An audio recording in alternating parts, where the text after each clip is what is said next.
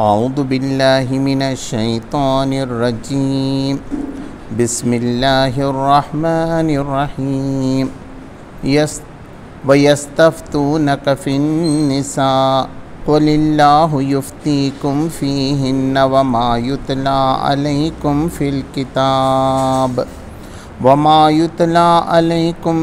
किताबि फ़ी यतामन निसा अल्लाती ला तुअतूनहुन्ना मा कुतिबा लहुन्न व तरगबून अन तंकिहुहुन्ना वल्मुस्तअफ़ीन मिनल विल्दानि व अन तक़ूमु लिल यतामा बिल क़िस्त वमा तफ़अलु मिन ख़ैरिन फ़इन्नल्लाह कान बिही अलीमा। सदक़ल्लाहुल अज़ीम। अल्लाह के नाम से जो बेइंतहा मेहरबान और रहम फरमाने वाला है। लोग तुमसे औरतों के मामले में फ़तवा पूछते हैं, कहो अल्लाह तुम्हें इनके मामले में फ़तवा देता है और साथ ही वो अहकाम भी याद दिलाता है जो पहले से तुमको इस किताब में सुनाए जा रहे हैं, यानी वो अहकाम जो इन यतीम लड़कियों के मुतालिक हैं जिनके हक़ अदा नहीं करते और जिनके निकाह करने से तुम बाज रहते हो या लालच की बिना पर तुम खुद इनसे निकाह कर लेना चाहते हो, और वह अहकाम जो इन बच्चों के मुतालिक हैं जो बेचारे कोई ज़ोर नहीं रखते। अल्लाह तुम्हें हिदायत करता है कि यतीमों के साथ इंसाफ पर कायम रहो और जो भलाई भी तुम करोगे वह अल्लाह के इल्म से छुपी हुई न रह जाएगी। किसी औरत को अपने शौहर से बदसलूकी या बेरुखी का ख़तरा हो तो कोई मुज़ायक़ा नहीं कि मियाँ और बीवी कुछ हुकूक़ की कमी बेशी पर आपस में सुलह कर लें। सुलह बहरहाल बेहतर है। नफ्स तंग दिली की तरफ जल्दी माइल हो जाते हैं, लेकिन अगर तुम लोग एहसान से पेश आओ और खुदा तरसी से काम लो तो यकीन रखो कि अल्लाह तुम्हारी इस तर्ज़ अमल से बेखबर न होगा। बीवियों के दरमियान पूरा अदल करना तुम्हारे बस में नहीं है, तुम चाहो भी तो इस पर काबू नहीं रख सकते। लिहाजा कानून इलाही का मंशा पूरा करने के लिए काफ़ी है कि एक बीवी की तरह इस तरह न झुक जाओ कि दूसरी को अधर लटकता छोड़ दो। अगर तुम अपना तर्ज़ अमल दुरुस्त रखो और अल्लाह से डरते रहो तो अल्लाह चश्म पोशी करने वाला और रहम फरमाने वाला है। लेकिन अगर ज़ौजैन एक दूसरे से अलग ही हो जाएं तो अल्लाह अपनी वसी कुदरत से हर एक को दूसरे की मोहताजी से बेनियाज कर देगा। अल्लाह का दामन बहुत कुशादा है और वो दाना व बीना है। आसमान और ज़मीन में जो कुछ है सब अल्लाह ही का है। तुमसे पहले जिनको हमने किताब दी थी इन्हें भी यही हिदायत की थी और तुमको भी यही हिदायत करते हैं कि खुदा से डरते रहो और काम करो। लेकिन अगर तुम नहीं मानते तो न मानो। आसमान व ज़मीन की सारी चीज़ों का मालिक अल्लाह ही है और वो बेनियाज है, हर तारीफ़ का मुस्तहिक़ है। हाँ, अल्लाह ही मालिक है इन सब चीज़ों का जो आसमानों में हैं और जो ज़मीन में हैं, और सारी कारसाजी के लिए बस वही काफ़ी है। अगर वो चाहे तो तुम लोगों को हटाकर तुम्हारी जगह दूसरों को ले आए, और वो इसकी पूरी कुदरत रखता है। जो शख्स महज सवाबी दुनिया का तालिब हो उसे मालूम होना चाहिए कि अल्लाह के पास सवाबी दुनिया भी है और सवाब आखिरत भी, और अल्लाह समी व बसीर है। सच फरमाया अल्लाह ने। मोहतरम हज़रात, ये सूरह अन-निसा के 19वें रुकू की पहली आयत की तिलावत मैंने की और पूरे रुकू का तर्जुमा पेश किया। जो हुकूक़ की बात आ रही है, यतीम हैं, बेवा औरतें हैं, उनके हुकूक़ की बात पहले सूरह निसा में शुरू हो गई, विरासत की तकसीम की हो गई। अब यहाँ पर ये बात बताई जा रही है कि जो समाज में मसाइल पैदा होते हैं मियाँ बीवी के दरमियान, तो उसके अंदर क्या हल हो सकता है इसका और उसको कैसे जो है किया जाए। तो यहाँ सवाल नहीं बताया गया कि सवाल क्या पूछ रहे हैं, सिर्फ ये बताया गया है वो यस्तफ्तूनक फिन्निसा, वो तुम्हारे से ख़वातीन के बारे में फ़तवा पूछते हैं, यानी एक मामले में सवाल पूछ रहे हैं तुमसे। फ़तवा ये नहीं पूछते हैं, हम सवाल पूछते हैं मुफ्ती से, ऐसा अल्लाह से पूछ रहे हैं क्योंकि अल्लाह के रसूल सल्लल्लाहु अलैहि वसल्लम मौजूद थे और लोग ये चाहते थे कि अल्लाह तबारक ताला इसके अंदर कुछ फ़रमाए। तो उन्होंने कहा कि वयस्तफ्तूनक फिन्निसा, ये लोग तुमसे ख़वातीन के बारे में, औरतों के बारे में फ़तवा पूछते हैं। क़ुलिल्लाहु युफ्तीकुम फ़ीहिन्ना, तो कह दो कि अल्लाह तबारक ताला उनके मामले में तुमको फतवा देता है। वमा युतला अलैकुम फ़िल किताबी फ़ी यतामन निसाइ अल्लाती ला तूतूनहुन्ना मा कुतिबा लहुन्ना व तरगबून अन तनकीहुहुन्ना वल मुस्तज़फ़ीन मिनल विल्दान अन तक़ूमू लिल यतामा बिल क़िस्त। और अल्लाह तबारक ताला इस किताब में भी सूरह निसा में ख़ुद इससे पहले तुम्हारे अंदर तुम्हारे को अहकाम बयान कर चुका है कि क्या फ़र्ज़ है किसके बारे में। वो लड़कियां जो यतीम हैं, कहा गया कि अगर कोई ख़ातून से शादी हो जाए और उसकी बेटियां हैं अभी उम्र को पहुंच रही हैं, किसी आदमी ने निकाह कर लिया लेकिन उस औरत से उसने कोई ताल्लुक़ नहीं रखा और उसके बाद लड़की बड़ी होने से उससे निकाह किया, तो इसकी गुंजाइश है। ये बात भी पहले आ चुकी। ऐसे दूसरा आया कि उनको कैसे पालना चाहिए, उनकी निगरानी का क्या सवाब है। और ये बात भी आई कि अगर तुमको जो है ना यतीम बच्चों को पालना है, तो किसी को 2 बच्चे हैं 3 बच्चे हैं, उनमें से एक औरत पसंद आ गए, 2 आ गई, 3 आ गई, 4 आ गई, तो 4 तक तुम शादी करो, क्योंकि वो यतीम बच्चों का मसला है। बच्चा यतीम बच्चों का मसला है, अगर उसकी माँ उनके साथ आ जाएगी तो वो परवरिश करेगी। वरना समाज में यतीमों का हाल कितना बुरा होता है, और वो समाज में तो बहुत ज़्यादा बुरा था।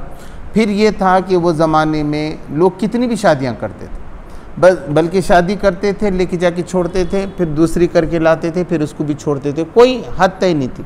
एक साथ भी 50-50 औरतें भी रखे तो कोई हद नहीं थी। तो यह बताया गया कि अल्लाह तबारक ताला ने उसकी क़ैद 4 तक ही रखी है। 4 से ज़्यादा एट ए टाइम आदमी निकाह नहीं कर सकता। और उस पर भी अदल की शर्त थी कि सब बीवियों के दरमियान अदल होना चाहिए और सबको महर अदा करना चाहिए। ये शर्त भी थी उसके साथ। इन शर्त के साथ बताया गया था, ला तूतूनहुन्ना मा कुतिबा लहुन्ना, मगर तुम वो हुकूक अदा नहीं करते जो अल्लाह तबारक ताला ने कहा। तुम महर को जल्दी से अदा नहीं करते, औरतों के दरमियान इंसाफ नहीं करते, और जो बातें बताई गई थी अभी पूरी तरीके से तुम उस पर अमल नहीं कर पा रहे हो। व तरगबून अन तनकीहुहुन्ना वल मुस्तज़फ़ीन मिनल विल्दान, और तुम ये चाहते हो, अब होता ये था कि इनके कब्ज़े में ऐसी औरतें आ गईं जो है दूर के रिश्ते की हैं, इनके परवरिश में हैं और वो खूबसूरत भी हैं और उनको जायदाद भी मिली है, उनके वालिद की तरफ से मर गए थे, वो इंतकाल हो गया था उनका, तो उनकी तरफ से बेटी को अच्छी प्रॉपर्टी भी मिली है। तो एक तो ये चाहते थे कि खुद ही उससे शादी कर लेना, है ना, बच्ची भी अच्छी है, दौलत भी मिल रही, फिर महर का भी सवाल नहीं, हुकूक का भी सवाल नहीं, उधर से ही मिल रहा है ना, उधर से पार्टी मजबूत है तो कर लो शादी।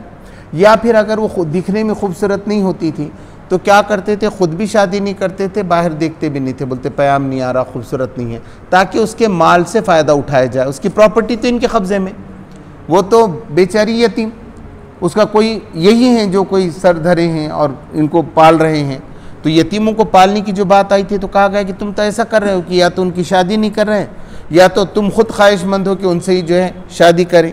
और इसी तरह से वल मुस्तज़फ़ीन मिनल विल्दान, और छोटे लड़कों के बारे में भी तुम ऐसा करते हो, उनके वालिद ने जो कुछ छोड़ा है उतना तुम उन पे ख़र्च नहीं करते हो, उनकी तरक्की के बारे में तुम नहीं सोचते हो, है ना, उन पे जो रहमत करने का अल्लाह तबारक ताला ने हुक्म दिया है तो तुम यतीम बच्चों को उस तरीक़े से नहीं रख रहे हो। अल्लाह ने फतवा देने से पहले ये कह दिया कि तुम पूछ रहे हो, क्या पूछ रहे थे, अब आएगा। व अन तक़ूमू लिल यतामा बिल क़िस्त, और ये कि तुम सीधे साबित कदम रहो यतीमों के हुकूक देने, इंसाफ के साथ दो तुम। फिर अल्लाह तबारक ताला ने यहाँ फरमाया, वमा तफ़अलू मिन खैरिन फ़इन्नल्लाह काना बिही अलीम, और जो कुछ भी तुम अमल करोगे तो बेशक अल्लाह तबारक ताला उसको जानने वाला है, उसका पूरा बदला। भाई यहाँ दुनिया में क्या है, आपने यतीमों की निगरानी की, उनके अंदर अदल किया, तो दुनिया में आपको क्या मिलेगा, आखिरत की जन्नतें हैं जो मिलने वाली हैं, अल्लाह की रज़ा है जो तुमको हासिल हो जाने वाली है। तुम्हारा निगाह वहाँ होना चाहिए। कुरान मजीद जो बताता है आखिरत पे ज़्यादा गुफ्तगू करता है, वो कहता है दुनिया तो तुम्हारी अच्छी होगी, लेकिन दुनिया कितनी है, कोई आदमी कभी भी इंतकाल कर सकता है, बचपन में भी कर सकता है, बड़ा होके। अब देखिए ना, कुछ लोगों ने डिग्री कर ली, अभी ऐसी सर्विस मिली और उनका इंतकाल हो गया। ऐसे बहुत से केस ऐसा है। डॉक्टर्स क्या है, बड़ी बड़ी डिग्रियाँ ली वो मियाँ बीवी ने हैदराबाद के, बस घर में करंट लग गया, दोनों का इंतकाल हो गया। मगर जज्बा बहुत अच्छा था दीन के मामले में, तो ये तौक़्क़ो की जा सकती कि अल्लाह तबारक ताला उनको जन्नतें नसीब करेगा। तो बताया कि जो कुछ भी तुम भलाई करते हो ना, अपनी बीवी के साथ करोगे, बच्चों के साथ करोगे, यतीमों के साथ करोगे, तो अल्लाह तबारक तआला इसको जानता है। अब मसला क्या था? मसला ये था कि अब शादी करना था यतीम बच्चों के वास्ते वो औरत से, तो लोगों को ये महसूस हुआ वो बच्चों के लिए तो हम शादी कर रहे, अब औरत को कहीं को महर देने का ज़्यादा, औरत को क्यों महर दिया जाए ज़्यादा? हम उसके बच्चों की भलाई के लिए तो उससे शादी कर रहे, ताकि वो औरत खुद जो है अपने बच्चों की अच्छी परवरिश करे। माँ से अच्छा बच्चों की परवरिश कौन कर सकता है? इसलिए हम उसकी माँ को समझा रहे। लेकिन इतने पैसे कैसे खर्च करें जो हम पहली बीवी पे करते थे, जो खूबसूरत भी है, हमको चाहती भी है ना, हमारे ताल्लुकात उसके साथ हैं, तो दूसरी बीवी पे इतना कैसा हम खर्च करेंगे? दूसरी बात यह है कि मोहब्बत की शर्त है, तो एक औरत अच्छी है और ख़ूबसूरत है, उसके अखलाक भी अच्छे हैं, तो लाजमन आदमी को उससे ज़्यादा मोहब्बत होगी। और जो बदमिजाज है, बूढ़ी भी हो गई है, बीमार भी रहती है, तो उसकी तरफ आदमी की तवज्जो नहीं जाएगी, तो ये बेइंसाफ़ी होगी। तो अल्लाह तबारक व तआला ने उसके बारे में अब यह अहकाम बताए कि ऐसे अगर मसाइल आ जाएँ तो क्या हो। इसमें यह है कि एक बताया गया कि एक मर्द है, वो काम कर रहा है, अब उसने शादी कर ली थी। ये ज़्यादातर तक दूसरी शादी के बारे में, मगर पहली की शादी के बारे में भी हो सकता है, किसी खातून के बारे में भी हो सकता है। तो अब एक खातून ने कुछ किया, अब उसका काम ये था कि अपने शौहर को हमेशा राज़ी रखते। हमेशा ख़वातीन गलतियाँ करती हैं, यहाँ पर ये करती हैं कि अपने शौहर को नाराज़, ज़िंदगी भर तो उसके साथ ही है ना, ये नहीं सोचती कि कौन से हिकमत से अच्छा है, कुछ भी बात बोल के बैठ जाती हैं। अब आदमी का दिल उतर जाता है ना, उससे नफ़रत हो जाती। अब क्या करते हैं, कहाँ से जाएंगे आप? बहुत मुश्किल का मसला है। तो जिसके साथ रहना है उसके साथ या तो सोचें कि हम इनके साथ ही रहना है, अब गलती को कैसा दूर करें। आपने कुछ भी बोल के बैठ गया, उनका दिल उतर गया, ऐसे बहुत से मसाइल हैं और पूरे समाज में ये मसाइल जो है पैदा हो रहे हैं। तो फिर वो औरत के बारे में क्या, जो यतीम बच्चे थे उसके पास आ गई है और अब उसका शौहर से नाराज़ हो गया, बेरुखी हो गई, बेजारी हो गई उसको, और ऐसा महसूस होने लगा कि अब मुझे ये तलाक दे देगा। अब ये शौहर के अंदर मेरे अंदर उसको कोई अट्रैक्शन बाकी नहीं रहा, मेरे पास भी कोई नहीं है, ऐसी प्रॉपर्टी नहीं है, कोई ऐसी जायदाद नहीं है, इतनी खूबसूरती भी नहीं है, इतने अखलाक भी नहीं है, मेरा ऐसा इल्म और हुनर भी नहीं है। अब ये शौहर बर्दाश्त करा तो ही ठीक है, ऐसा एक खातून को महसूस हुआ। दूसरा, मर्द को भी हो सकता है, खातून इतना ये हो जाए कि मर्द के जो हुकूक़ हैं वो भी देने के लिए तैयार ना हो, वो एंटर कर दे मर्द के हुकूक़ के अंदर, तो ऐसे मौके पे भी हो सकता है। तो यहाँ ये बात इस आयत में आ रही है, लेकिन ये खातून से मुतालिक की गई है, मर्द से मुतालिक भी हो सकती हैं। व इनी मरअतुन खाफत मिन बालिहा नुशूज़न और इराज़न। देखिए, अगर कोई औरत को इस बात का खौफ हो कि उसका शौहर उससे बेजार हो गया है या बेजारी दिखा रहा है, बेरग़बत हो गया है, उसका दिल उतर गया है, एराज़ किनारा कशी कर रहा है अब उससे, फ़ला जुनाह अलैहिमा अन युस्लिहा बैनहुमा सुलहा, तो उनमें कोई गुनाह की बात नहीं है कि वो दोनों आपस में सुलह कर लें। अब मालूम हो गया तो मालूम हुआ वो बीवी को 20,000 रुपये ख़र्च दे रहे थे, ये बीवी को भी 20,000 रुपये ख़र्च दे रहे थे, एक रात यहाँ आ रहे थे, एक रात वहाँ जा रहे थे, है ना, ऐसा। अब ये हुआ कि साहब नहीं, इसका फ़र्क नहीं है, हम क्या करेंगे, वो बीवी को आप 20,000 रुपये दे रहे हैं तो भी हमारा 12,000 15,000 में ख़र्च चल जाता है, थोड़े पे हम तैयार हैं। रातों का भी वैसा हिसाब नहीं रहना है, आना है तो आओ, नहीं उधर करना है। अब उम्र भी हो गई है, कोई बूढ़ी औरत हो गई है, फला है, उसको इतनी ज़रूरत भी नहीं रही, उसके बच्चे भी बड़े हो रहे हैं, तो वो ये कुछ समझौता हो सकता है। तो अल्लाह तबारक तआला ने कहा इसमें कोई बुराई नहीं, अब ये बराबरी करो। आगे बताया गया कि बराबरी हो नहीं सकती, कुरान ने भी बताया। तो किस बारों में नहीं हो सकती, तो ये समझौता हो सकता है घर में बैठकर। इससे अच्छा है कि तलाक हो जाए। तलाक होगी तो औरत कहाँ जाएगी? अब उसके बच्चे थे, बच्चों में भी दिल अटक गया, बाहर भी चली गई। ऐसी औरतों का देखिए बहुत प्रॉब्लम होता है, जिसकी तलाक होती है ना, बच्चे वहाँ रह जाते, दिल उनके साथ रहता है, फिर मिलने भी नहीं देते वो शौहर वगैरह, बच्चों से मिलने भी नहीं देते, बच्चों से भी कट हो गए, उनके हुकूक से भी कट हो गए। या यहाँ ये बात हो रही है कि लोग क्या करते हैं, घर में भी अपने बच्चों को माँ से नफ़रत पैदा करा देते हैं और उनको बिल्कुल खर्च नहीं देते, इतना भी नहीं देते जितना देना चाहिए। तो कहा गया ये समझौता हो जाए, ऐसे बहुत से मामलात पे समझौता हो जाए मियाँ बीवी में, तो अल्लाह तबारक तआला इसको गुनाह नहीं बताता है। वस्सुलू खैर, और हमेशा जो है मसलहत समझौता अच्छा ही होता है दुनिया के अंदर। लड़ाई कभी भी अच्छी नहीं है, किसी मुल्क के साथ भी अच्छी नहीं है, इसीलिए तो मुल्कों के दरमियान सुलह समझौते होते हैं, तो मियाँ बीवी के दरमियान भी हो जाएं, है ना। यहाँ तो मियाँ बीवी का है, ख़ानदान में कहीं भी लड़ाई के दरमियान समझौता अच्छा ही है कि सुलह कर लेना चाहिए, यानी अपने हुकूक को कम कर लेना चाहिए। कम करके अगर वो चीज़ दुरुस्त हो जाती है तो ज़्यादा झगड़ा नहीं करना चाहिए। तो कहा गया कि असुलह खैर, कि सुलह में भलाई है, बेहतरीन है। वह उहज़िरतिल अंफुसुश्शुहा, और दिल की तंगी तो हाजिर ही रहती है ना। आदमी क्या सोचता है, कहीं को ख़र्चा ये बर्दाश्त करूँ मैं, क्यों मैं बर्दाश्त करूँ अपनी बीवी का ख़र्चा, इसको तलाक़ दे देता हूँ, दूसरी बीवी ला ले तो अच्छी है ना।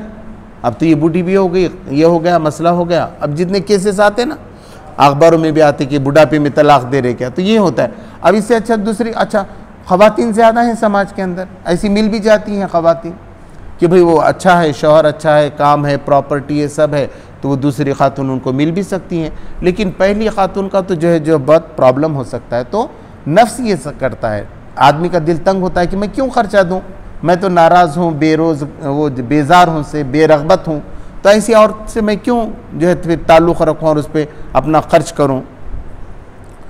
तो इस पर बताया गया व इन तुहसिनु व तत्तक़ू फ़इन्नल्लाह कान बिमा तअमलून ख़बीरा। अगर तुम एहसान का रवैया इख्तियार करो, एहसान ये उनका हक़ नहीं है, तब भी दे दो, अल्लाह तबारक तआला तुमको दे रहा है ना। हम इसके मुस्तक़ थे कि इतना सारी चीज़ें हमको मिलती, आप सोचे चलो एक खातून है दे दो, है ना, जो कुछ तुम खा रहे हो उसको खिलाओ, उसी घर में रखो। लोग क्या चाहते थे, नहीं, उसको हुकूक कम कर देते, तुम ये चीज़ें इस्तेमाल नहीं कर सकती घर में की, तुम ये चीज़ें नहीं खा सकती। आज भी घर में बहुत जगह आता है, हमारे पास शिकायत भी आती है कि बहुओं को खाने नहीं देते, वो सारी चीज़ें इस्तेमाल नहीं करने देते, उनको आखिरी में खाना है, सबका बचा हुआ खाना है। तो इस्लाम में ऐसा नहीं, वो पहले भी खा सकती हैं, अच्छा भी खा सकती हैं, बराबरी का खा सकती हैं सबके बराबर। तो उनको इसमें रोक टोक नहीं होनी चाहिए। लोगों को बचे कि टोक, ये भी रोक टोक भी है, खाना क्या पकाना है पहले पूछना पड़ता है सास कि क्या पकाएं, वो अपनी मर्ज़ी से नहीं बना सकती हैं। तो ये अच्छी बात, क्या ख़रीदें बाज़ार से, इस पर भी उनका कोई हक़ नहीं।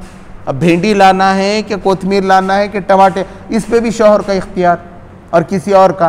तो कहा गया ये बात सही नहीं, इतनी तंगी नहीं होना चाहिए। और वो भी झगड़ा होने के बाद तो तुम खामखा उसको ज़िंदगी भर परेशान करने के लिए है ना। तो ये नहीं करना चाहिए, एहसान का मामला रहना, उसका हक़ है, इससे बढ़ के दो, क्योंकि रोज़ी हर एक की अल्लाह की तरफ से आ रही है। तो खाने पीने में, घर में, बच्चों के साथ सलूक में, इसमें जो है ख़वातीन पे ज़्यादती नहीं हो जाना चाहिए। वह तत्तक़ू, और तुम अल्लाह से डरते रहो, तक़वा इख्तियार करो, गुनाह से बचते रहो। ज़्यादा घर में आके कौन देख रहा है मियाँ बीवी के दरमियाँ, मगर अल्लाह तो देख रहा है, तो तुम बचते रहो। फ़इन्नल्लाह काना बिमा तअमलून ख़बीरा, बेशक अल्लाह तबारक तआला जो कुछ तुम करते हो उससे बाखबर। ये मत सोचो कि चल गया मेरा, मैं ही हूँ जो कुछ हूँ, राजा हूँ, नहीं, बल्कि इसके ऊपर एक ताकत है जो देख रही है, जो फ़ैसला करने वाली है, जो आखिरत में अज्र देने वाली है।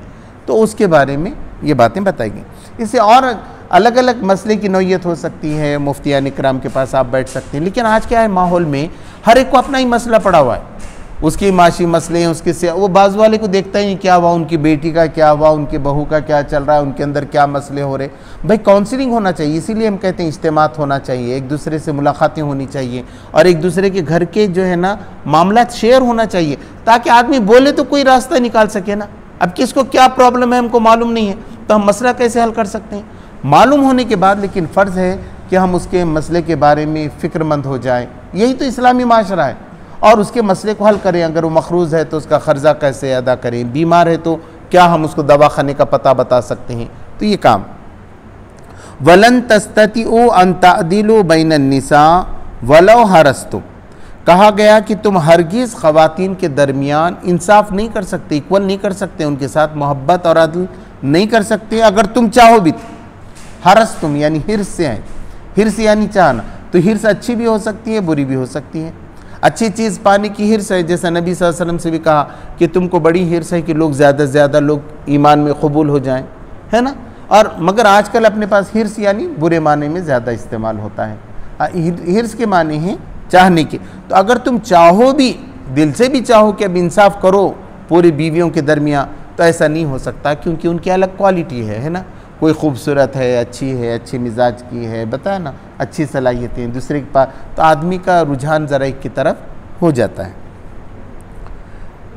फ़ला तमीलु कुल्लल मैली फ़तदरुहा कल मुअल्लक़ा, लेकिन ऐसा न हो कि तुम एक ही की तरफ झुक जाओ कि दूसरी अधर में लटक जाए। मालूम ही नहीं हुआ, एक दो बीवियाँ हैं, मगर मालूम हो रहा है एक ही बीवी है, साहब की एक बीवी है ही नहीं, इतना भी नहीं मालूम। हुकूक तो बराबर मिलना चाहिए, ठीक है, कम मैंने कहा ना 20,000 नहीं तो 15,000, लेकिन बीवी है, खर्च मिल रहा है, घर में उसको रहने का मौका मिल रहा है, बच्चों के साथ उसको वक्त गुजारने का मौका मिल रहा है, ये हुकूक तो उसके बाकी रह गए। ये हुकूक भी अगर किसी ने सल्ब कर दिया एक बीवी के और दूसरी बीवी को ये हक दे रहा है, तो कहा कि ये बात अच्छी नहीं है कि तुम एक की तरफ से झुक जाओ। वइन तुस्लिहू व तत्तक़ू फ़इन्नल्लाह काना गफ़ूर रहीमा, और तुम इस्लाह कर लो, अपने मामले को आज दुरुस्त कर लो और अल्लाह से डरते रहो, तो जान लो कि बेशक अल्लाह तबारक तआला बहुत माफ़ करने वाला और रहम फरमाने वाला, माफ़ करता है। पलट आ गया, आपने मामला दुरुस्त कर लिया, है ना। तो ऐसे क्या होगा, और अल्लाह तबारक तआला ही चाहता है एक बार निकाह हो गया तो वो आखिरी तक चलना चाहिए। क्या इसके बुरे तलाक़ के और बाद में क्या होता है, पूरी फैमिली के अंदर बहुत से मसाइल पैदा हो जाते हैं, वो बच्चों के भी मसाइल पैदा हो जाते हैं। अब उनको सौतेली माँ आ गई, अब सौतेली माँ उनके साथ कैसा करेगी, सगी माँ के जैसा तो कर नहीं सकती, कभी भी नहीं कर सकती है, तो कोई भी महसूस कर सकता है, कभी ठीक भी हो सकता है, और उसके ईमान पे डिपेंड है। तो बच्चों को अपने माँ के साथ रहने का मौका भी मिलना चाहिए, उनके हुकूक भी जो है अदा होने चाहिए। तो अल्लाह तबारक तआला बड़ा माफ़ करने वाला और रहम फरमाने वाला है। व इन तफ़र्रक़ा युग़निल्लाहु कुल्लम मिन सअतिही, और अगर तुम तफ़रक़ा कर लो, तलाक़ हो जाए, अलग हो जाए दोनों, तो जान लो कि अल्लाह बड़ा उस्वत वाला है। अल्लाह की उस्वत बहुत बड़ा, हर एक को खाने को देगा। ऐसा नहीं है कि उसको इन्होंने छोड़ दिया तो अब क्या होगा, वो खातून का अब खुदा ही नहीं है कि दुनिया में। अल्लाह ने हर एक को पैदा किया, माँ के पेट में ही हर एक का रिस्क लिख दिया है। तो मर्द को भी इतना नहीं आना चाहिए कि औरत का क्या होगा, औरत को भी इतना नहीं डरना चाहिए। तो दबने की एक हद है ना, दबने की एक हद है, वहाँ तक ही दबना चाहिए। हर जगह दबना और दबना सिखाना भी नहीं चाहिए, है ना। आदमी बोले लेकिन महसूस करे ना। कभी कभी अक्सर क्या होता है, ख़वातीन वो नहीं समझ पाती कि मेरा शौहर मेरे साथ क्या कर रहा है, वो उसको बहुत दबाव समझती हैं कभी कभी। तो इसमें समझना है ख़ानदान को, लड़की होती है, छोटी बच्ची रहती है अभी वो, तो इतने ख़ानदान इतनी बातें नहीं महसूस करती कि वो शौहर क्या कर रहा है, मुझे क्या जवाब देना चाहिए। इसलिए मुताला होना चाहिए। अब देखिए इस्लाम में औरतों के हुकूक़ क्या हैं, इसमें मौलाना सैयद जलालुद्दीन उमरी साहब ने बहुत अच्छी अच्छी किताबें लिखी हैं। घर और ख़ानदान क्या है, औरतों के हुकूक़ क्या हैं। अब किसी ऐसी लड़की से तुम शादी कर रहे हैं जिसके घर में नौकर चाकर थे, खाते पीते थे, तो उसको वही आदत रहती है। अब इधर नौकरी वाला मिल गया, अब वो बोल रहा है कि नहीं नौकर भी रखना, सारे काम तू करना, ये वो, लड़की बहुत परेशान हो जा सकती है ना। तो पहले से कहा गया अगर उसके माँ बाप के पास नौकर थे तो तुम भी कोशिश ये करना चाहिए कि उसको नौकर फराहम करो, ये नहीं कि अब तू कर पूरा आने के बाद। और ये काम तो इस्लाम में है भी नहीं ख़वातीन के, पहले से बताना है। ये मर्द के काम है कि सारी फैसिलिटीज़ देना, ये मर्द का काम है। लेकिन अब ये माशरे के अंदर नहीं है तो शादियाँ ही नहीं होंगी। तो मर्द को पहले ही बताना पड़ेगा कि भाई घर का काम भी तुमको ही करना पड़ेगा, साफ़ सफाई भी तुमको करना पड़ेगा। किस हद तक, तो ये अंडरस्टैंडिंग के साथ उसकी घर की पोजीशन देख के, औरत की सेहत देखकर, उसका मिजाज और उसका इंटरेस्ट देखकर ये सारी चीज़ें करना चाहिए। मगर अगर नहीं जम रहा है, आखिरी में ऐसा है कि दोनों बिल्कुल नहीं, अल्लाह तबारक तआला ने कहा कि तलाक़ को हलाल किया गया है, मगर सबसे नापसंदीदा है। बहुत ऐसे जल्दी नहीं बोलना चाहिए, ले ले फिर तलाक़, नहीं जम रहा ना तेरा, ले ले, बिल्कुल गलत बात। एक बार हो गया तो बोलना चाहिए निभाओ। ये दुनिया है कितनी भाई, अपने को भी नहीं मालूम ज़िंदगी कितनी, 30 साल की है, 40 साल की है, कौन पहले मरता है कौन बाद में मरता है। तो ये छोटी सी दुनिया 100 साल के अंदर की है, और वहाँ रहने वाली जन्नत कैसी है, खरबों साल की है, न ख़त्म होने वाली ज़िंदगी है। बस यहाँ ही पार, यहाँ क्या मिला, खाना मिला कि नहीं मिला, घर मिला कि नहीं, थोड़ी सहूलत मिली कि नहीं, बस सुबह होती है शाम होती है, ज़िंदगी जल्दी जल्दी गुजर जाती है। इसमें खाली अल्लाह से हमको जुड़ना है और अल्लाह को राज़ी कर लेना है, बस ये दुनिया इसके लिए, न इसके लिए कि वो फैसिलिटी, वो कैसा घुमाने को लेकर गए, हमारा शौहर नहीं घुमाने देता, उनके घर में कितने फैसिलिटी सामान है, फ्रिज है, सोफ़ा है, कितने बदले हम नहीं बदले, ये में नहीं रहना चाहिए। इसमें आज माशरे में ये चल रहा है ज़्यादा। ये बहुत ज़्यादा कीमती चीज़ें नहीं, असल है इंसानों की कद्र कीमत, उनको डेवलप करना। हम खैर उम्मत हैं तो सब मिल के सारे इंसानों के मसले हल करने की ज़िम्मेदारी मुसलमानों की है, ना कि खुद ही आइश के अंदर वो पड़ जाए। एक ज़िम्मेदार उम्मत के हिस्से से दुनिया में इनको लाया गया है।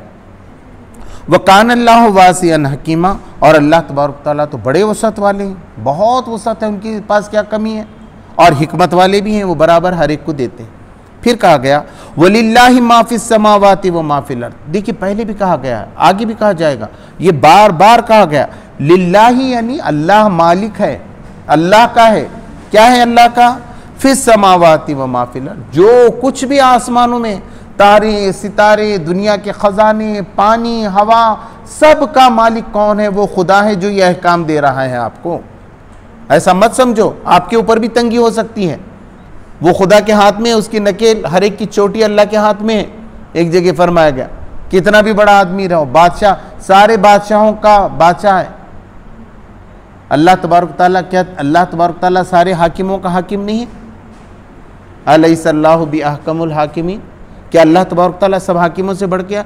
तो यहाँ फिर बताया गया कि देखो जो कुछ तुम कर रहे हो ना, असल मालिक तो अल्लाह है, सारे आसमानों का, सारे ज़मीन का और उसके दरमियान जितनी चीज़ें हैं उसका। वलक़द वस्सैना अल्लज़ीना ऊतुल किताब मिन क़ब्लिकुम व इय्याकुम अनित्तक़ुल्लाह, और यकीनन अल्लाह तबारक ताला ने ये वसीयत की थी, ये अहकाम दिए थे किसको? अल्लज़ीना ऊतुल किताबा, वो लोगों को जो पहले किताब दी गई थी, तौरेत वालों को भी दिए गए थे, इंजील वालों को भी दिए गए थे। अल्लाह तबारक ताला के पास से जो किताब आई थी, आपको नहीं बताया जा रहा कि माशरा इस्लामी होना चाहिए और ये हुकूक मिलना चाहिए, उनसे भी कहा गया व इय्याकुम, और तुमको भी। हम कहते हैं ना इय्याका नाबुदु व इय्याका नस्तईन, हम तेरी ही इबादत करते हैं और तुझी से मदद मांगते हैं। यहाँ कहा गया तुमको भी वो हुक्म दिया जा रहा है।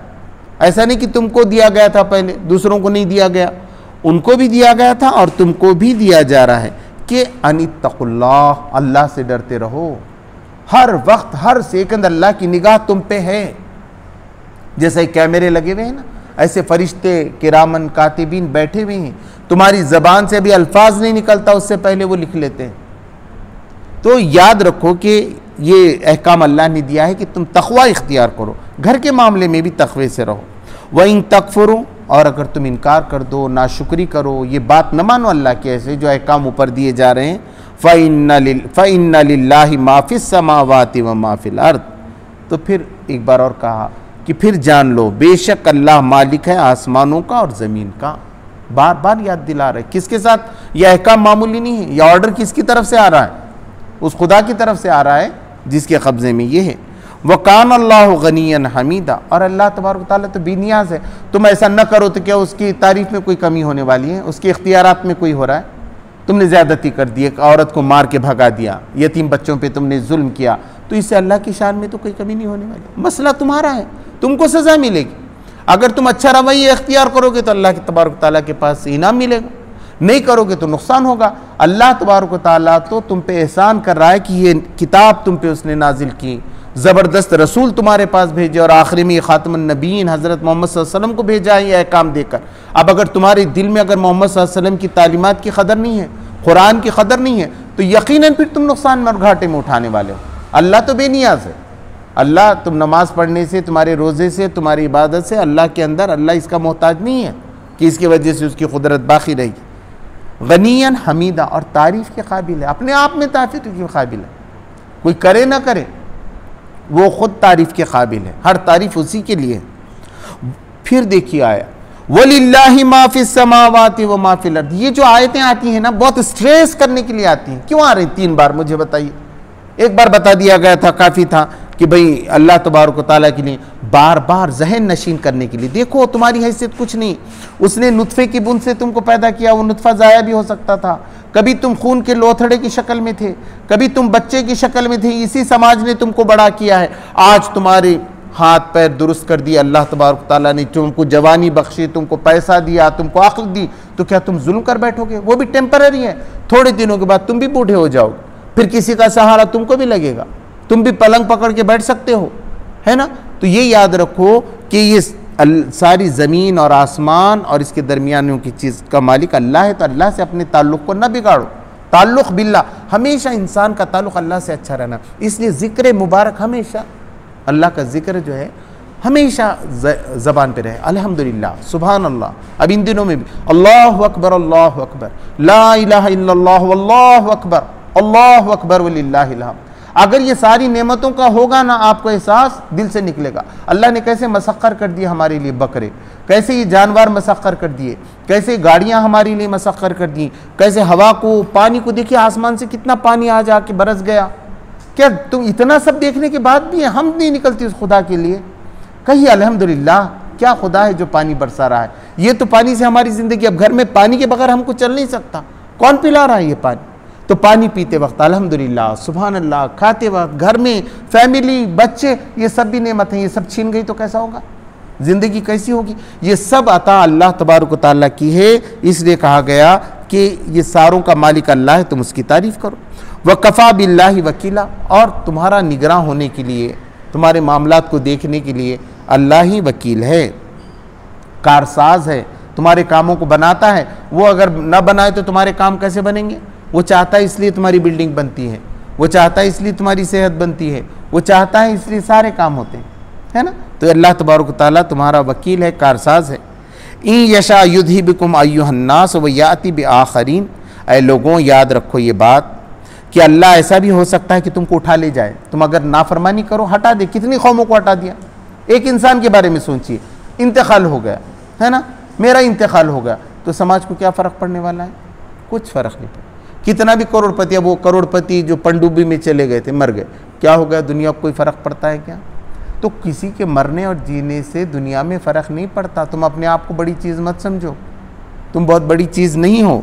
तो बताया ऐसा पूरे लोगों को भी लेके जा सकता है अल्लाह तबारक तआला। एक हवा आ गई, जैसे जहरीली हवा भोपाल में आ गई थी, मालूम है कोई उठा नहीं, किसी शहर के एक हवा चल गई, सबके सब मर गए।